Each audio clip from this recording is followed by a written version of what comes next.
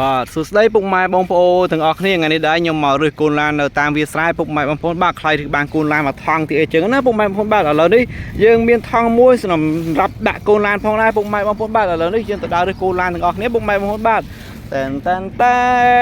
នអូពុកម៉ែបងប្អូនបាទឬបានមើលបាត់ទៅហើយពុកម៉ែបងប្អូនបាទវ៉ាវអូស្អាតខ្លាំងមែនទែនពុកម៉ែបងប្អូនបាទវ៉ាវអូពុកម៉ែបងប្អូនអើយនៅគៀនថ្មស្អាតខ្លាំងមែនទែនពុកម៉ែបងប្អូនបាទវ៉ាវឥឡូវនេះយើងដើររកទៀតពុកម៉ែបងប្អូនបាទវ៉ាវអូ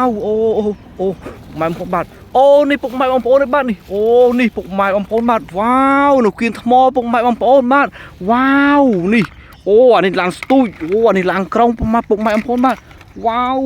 អូឥឡូវនេះដាក់ក្នុងថងសិនពុកម៉ែបងប្អូនបាទវ៉ាវមិននឹកស្មានថាមានកូនឡាននៅក្នុងថ្មសោះពុកម៉ែបងប្អូនបាទហើយដល់វាស្រែទេពុកម៉ែបងប្អូនបាទអូហើយទេសភាពពុកពិតជាស្អាតខ្លាំងមែនទែនពុកម៉ែបងប្អូនបាទមិននឹកស្មានថាមានកូនឡានធ្លាក់នៅនឹងច្រើនខ្លាំងនៅថ្នាក់អង្គសោះពុកម៉ែបងប្អូនបាទឥឡូវនេះយើងទៅដើររើសកូនឡានបន្តទៀតពុកម៉ែបងប្អូនបាទវ៉ាវតែនវ៉ាវអូនេះពុកម៉ែបងប្អូនបាទវ៉ាវអូនេះពុកម៉ែបងប្អូនបាទមានទាំងយន្តហោះមានទាំងអីទៀតពុកម៉ែបងប្អូនបាទវ៉ាវពិតជាស្រស់ស្អាតខ្លាំងមែនទែនពុកម៉ែបងប្អូនបាទវ៉ាវឥឡូវនេះយើងឬដាក់ថងទៀតពុកម៉ែបងប្អូនបាទវ៉ាវអូអង្គថងចិត្តពេញហ៎ពុកម៉ែបងប្អូនបាទទឹមតែមកមិញសោះពុកម៉ែបងប្អូនអើយឬបានកូនឡានកាពេពុកម៉ែបងប្អូនបាទវ៉ាវទេសភាពស្អាតខ្លាំងមែនទែនពុកម៉ែបងប្អូនបាទអូ my god វ៉ាវអូនេះពុកម៉ែបងប្អូនបាទអូនេះវ៉ាវកលេចឃើញពុកម៉ែបងប្អូនអើយដូចមនុស្សចាប់ដាក់ពុកម៉ែបងប្អូនបាទវ៉ាវនេះកូនឡានស្អាតខ្លាំងមែនទែនពុកម៉ែបងប្អូនអើយតែ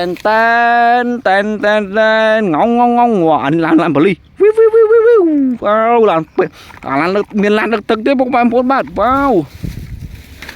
វពុកម៉ែបងប្អូនចិត្តពេញបាត់ហើយតោះយើងដើរដូចកូនឡានទៀតពុកម៉ែបងប្អូនបាទវ៉ាវតែ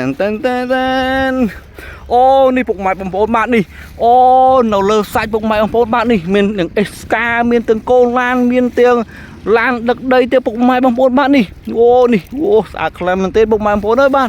អូមកផ្លេសោះបានចិត្តពេញមកថងមកពុកម៉ែបងប្អូនបាទវ៉ាវនេះពុកម៉ែបងប្អូនបាទទេសភាពស្អាតខ្លាំងមែនទេឥឡូវនេះយើងទៅដើរដូចកូនឡានទេពុកម៉ែបងប្អូនបាទតែនអូនេះពុកម៉ែបងប្អូនអើយនេះវ៉ាវងងវ៉ាវថាសាច់ពុកម៉ែបងប្អូនយើងរលាស់ឲ្យស្អាតហើយយើងអង្គថងទៀតពុកម៉ែបងប្អូនបាទហើយយើងដើររោទៀតខ្លាចបានទៀតវ៉ាវមកផ្លេសោះពុកម៉ែបងប្អូនចិត្តពេញមកថងបាត់ទៅហើយពុកម៉ែបងប្អូនអើយ